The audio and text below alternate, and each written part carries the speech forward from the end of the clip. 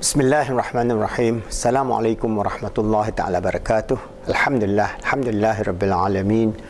Wassalatu wassalamu ala syafril anbiya al-mursalin wa ala alihi wa sahbihi ajma'in. Alhamdulillah. This is the second video on how we are going to develop Islamic psychology in the 21st century. As I mentioned before, we have our book Positive Islamic Psychology, and a lot of the framework we are discussing are in this book.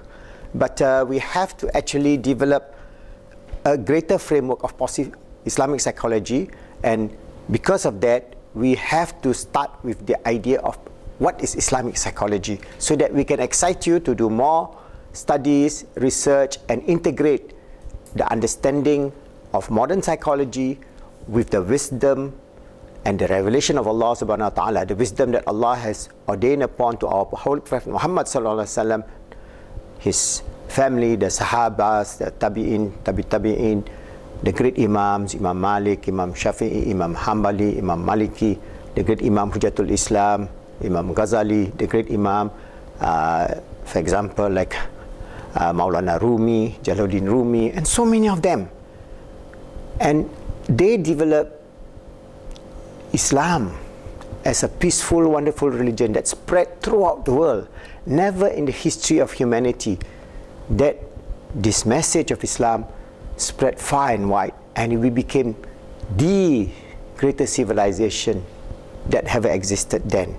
It is a holistic and good civilization, but when we move away from this intrinsic Islam based on love, mercy, and compassion, and we go to the idea of an Islam that is based on forms, external forms, and an Islam that is based on revenge, an Islam that is based on argument, then we become degenerated as an ummah.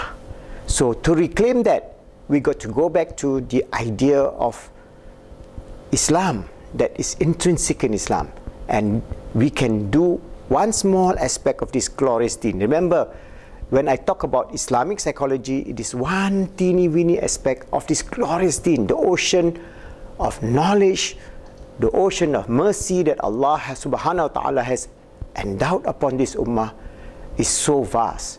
So if we can share whatever little that we know, then inshallah we can then frame an Islamic psychology that we can then develop a younger generation, the millennials, the Z generation. As you see my video, think, reflect, and see how you can develop an idea that is wonderful based on Islamic psychology, especially if you are a student of psychology, a student of sociology, a student of civilizational development, a student of human sciences.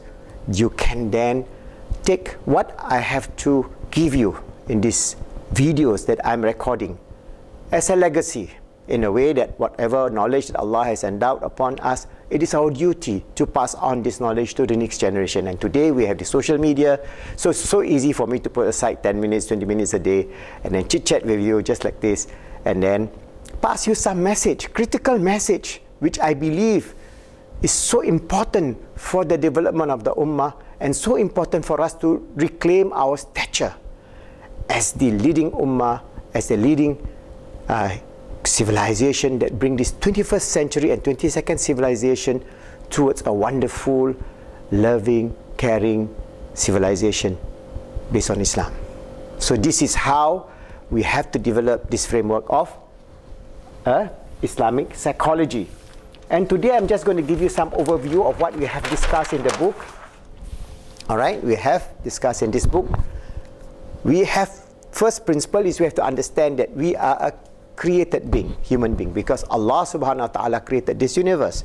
Allah created this universe. When Allah command kun fayakun, this universe does not exist. This is a bundle of energy which Allah command to be, and kun fayakun, this little golf ball became this universe. Imagine 13.7 billion light years away. It's spread, and it is now expanding and expanding, and we do not know, it's infinitely expanding. We don't know where we're going to end. This physical universe come from a command, an amar from Allah subhanahu wa ta'ala, and it is manifested. So we are just nothing.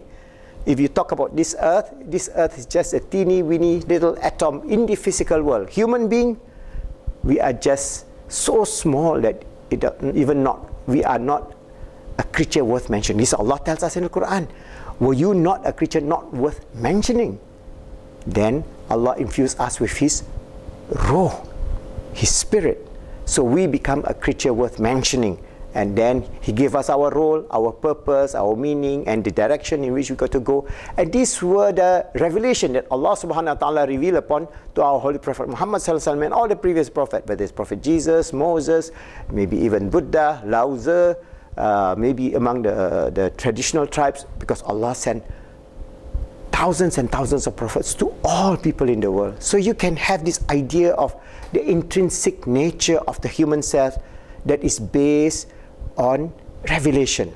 So now if we talk about revelation and we talk about psychology, people would say, oh, you got to be crazy talking about, you know, this spiritual aspect and so on. So, but if you look at the history of psychology, psychology is actually from the Greek. Psyche means soul. So it's the study of the soul. In Arabic, it's ilmu an-nafs. It is study of the soul, of the self. So, but we have divorced ourselves from that very nature. So if you look at the 20th century model of man based on Darwinism, we have this man, okay? We take this as a person, all right? This man, all right? This man, or woman, is more like a woman, all right?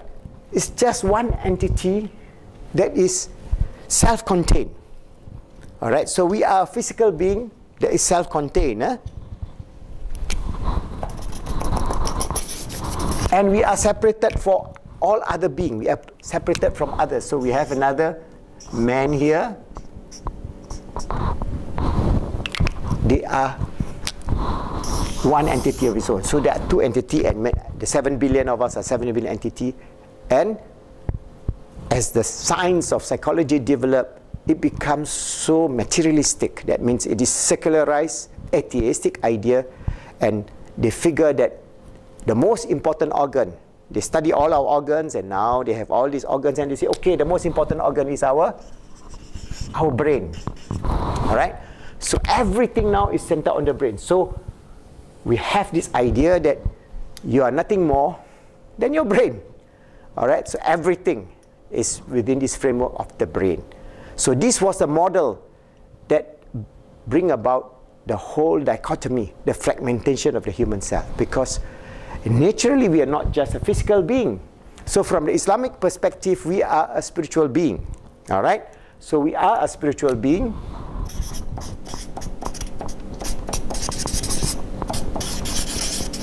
Fused with the physical